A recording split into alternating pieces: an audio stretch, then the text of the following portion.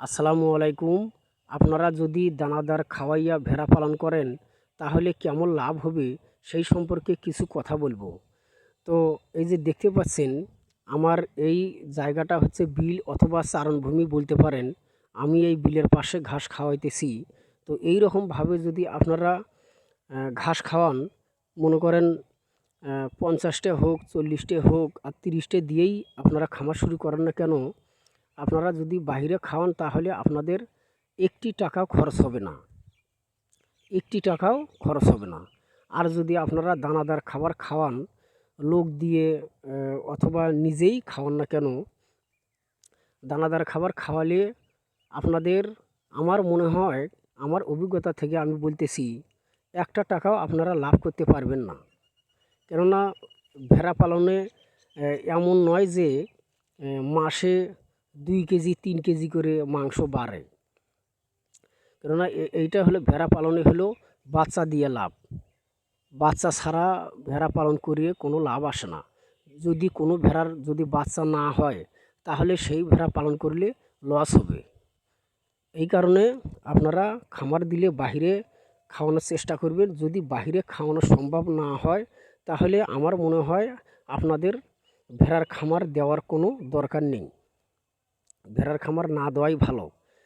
তো আমি দেখেছি অনেক ভাইয়েরা শহরে বাড়ি, তো আমি দেখেছি শহরে কিন্তু অনেক জায়গা পড়ে থাকে, সেখানে কোনো ফসলীয় জমি অনেক পড়ে থাকে, আবাদ কোনো শাকসবজি করে না, সেগুলোতে প্রচুর ঘাস জন্মায়। তো আপনারা আহ, ও- যদি পালন করেন তাহলে আপনারা বাহিরে খাওয়াবেন, হোক শহর বা গ্রাম, জায়গা ফাঁকা থাকলেই হলো। মনে করেন ঘাস খাওয়ানোর মতো পজিশন থাকলেই চলবে। তো এই কারণে আপনারা বাহিরে খাওয়াবেন, দানাদার খাবার না খাওয়াইয়া বাহিরে খাওয়ানোর চেষ্টা করবেন। এবং যদি আহ, বাহিরে জায়গা না থাকে ঘাস খাওয়ানোর মতো, তাহলে আপনারা ভেড়ার খামার করবেন না। যাই হোক, আমার ভিডিও দেখে আপনাদের ভালো লাগলে অবশ্যই সাবস্ক্রাইব করবেন, লাইক কমেন্ট অবশ্যই করবেন।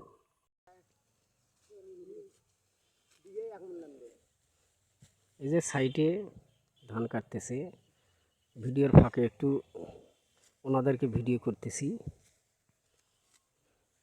আনন্দ পাওয়ার জন্য।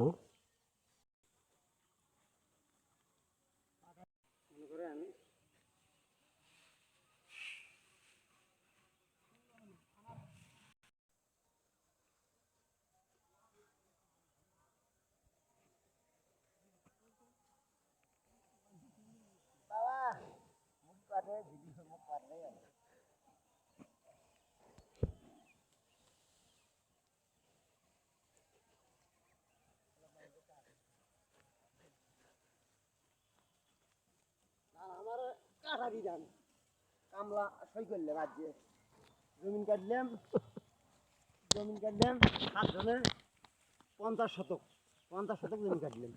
বেলা ডুবে গেছে, বুঝছেন। চুক্তি নিয়েছিলেন 100 টাকা শতক, 100 টাকা শতক। এনে তোলা করে কাটছি, তোলা করে কাটে এক এক হাত 3 পা পরিমাণ নাড়া খাচ্ছি। কাটারি খুব লম্বা আছে, এটা 2 নম্বর কাটারি, অরিজিনাল বাবু কাটারি নয়। বাবু কাটারি হলে আরো ধান ভালো হলো।